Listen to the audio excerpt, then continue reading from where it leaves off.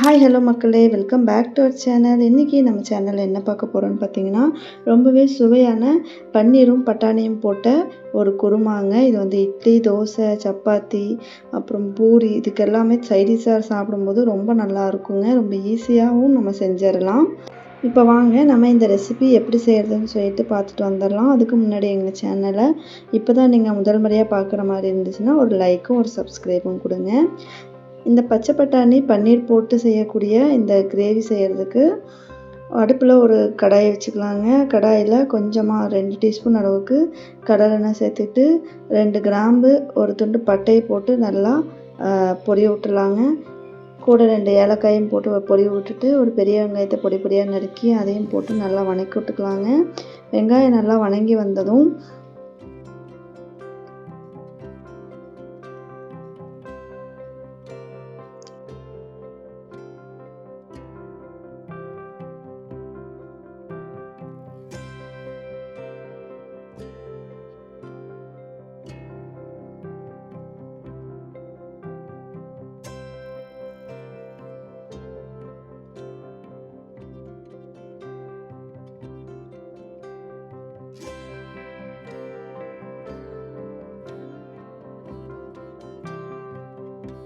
பச்சை மிளகா காரம் தான் இதுக்கு நல்ல ஒரு எடுத்து கொடுக்குங்க டேஸ்ட்டை. நான் ஒரு பச்சை மிளகாயை நல்லா 3ஆக வெட்டி போட்டுக்கிறேங்க. பச்சை மிளகா நல்லா வணங்கி இந்த வெங்காயம் தக்காளி எல்லாம் வணங்கி வந்ததுக்கப்புறமா 1 டீஸ்பூன் அளவுக்கு இஞ்சி பூண்டு பேஸ்ட் போட்டு நல்லா வணக்கி விட்டுக்கலாங்க.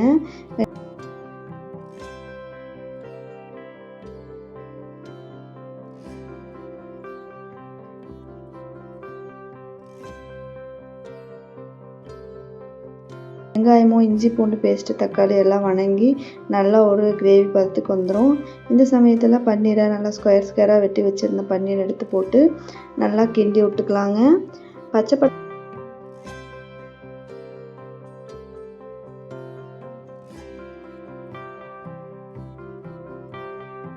இந்த பன்னீர் நல்லா வணங்கினோன்னே பச்சை பட்டாணி சேர்த்தணுங்க. பச்சை பட்டாணி வந்து நம்ம முன்னாடியே நான் நைட்டே ஊற வச்சுட்டு காலையில் விசில் விட்டு ஒரு 2 விசில் விட்டு எடுத்து வச்சுருக்குறேங்க.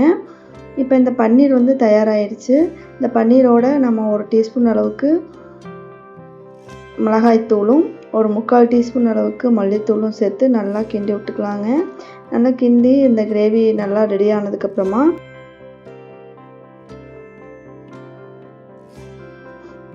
நம்ம வேக வச்சுருந்த இந்த பட்டாணி இருக்குல்லங்க, அது தண்ணியோடையே நம்ம வேக வச்சுருந்த தண்ணியோடையே சேர்த்து போட்டு நல்லா கிண்டி விட்டுறலாங்க. இது வந்து ஒரு மாவு மாதிரி ஒரு டேஸ்ட் கொடுக்கும்.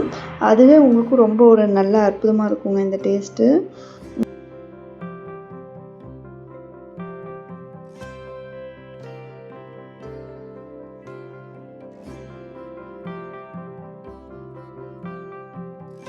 ரொம்ப ஈஸியாக செய்யக்கூடிய ஒரு சைட் டிஷ் தாங்க இது.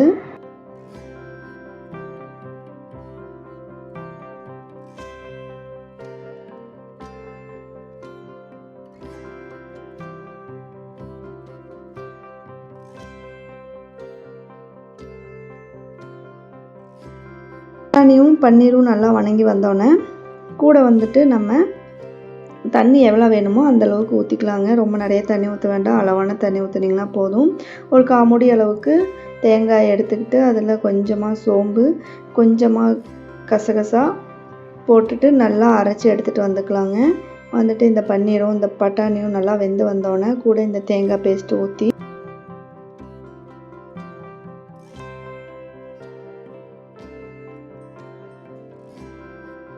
கூட இந்த தேங்காய் பேஸ்ட்டு ஊற்றி ஒரு ஒரு ஒரு கொதி விட்டிங்கன்னா போதும். ரொம்ப நேரம் கொதிக்க விட வேண்டாங்க. ஒரு கொதி விட்டிங்கனாவே உங்களுக்கு